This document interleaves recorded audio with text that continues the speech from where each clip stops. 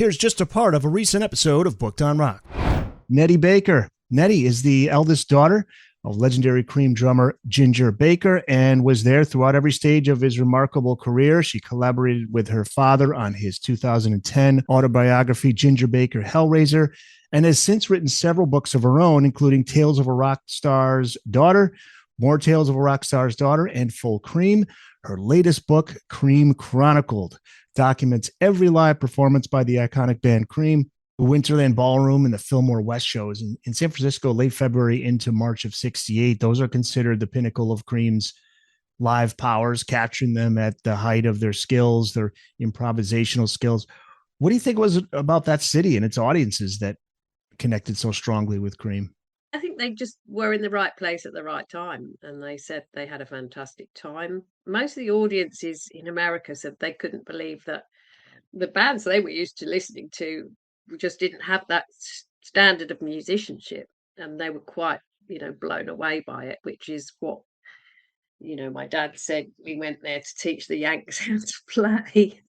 And I think that did happen. But I think the audience were also, Summer of Love, everyone was tuning in, turning on, and all of that malarkey. So I think that it was just caught the zeitgeist at the right time.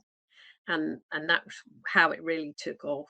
Tom Dowd produced those live albums. He just seemed to have some certain magic there with capturing the live essence of bands. Oh, yeah, my dad rated Tom Dowd. He thought that the way he put everything together was, really amazing, and contemporary. He really rated him, and he talked well of him also much later. So I think he did rate what Tom did. Yes, very much so.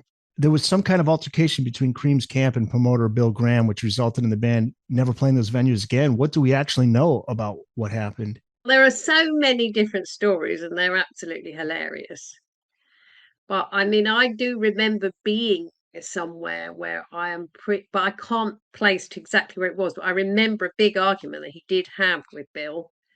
I don't know whether it was to do with, and it could have been that Bill wasn't going to pay the amount Stigwood wanted. But there seems to be also Ben Palmer mentioned something about, there was a problem with a running order. I just don't feel. I think they just didn't feel they were getting the right sort of respect for the amount of punters they were pulling in, and therefore, he was quite an abrasive character. So if you put him up against my dad, that's not probably going to go very well.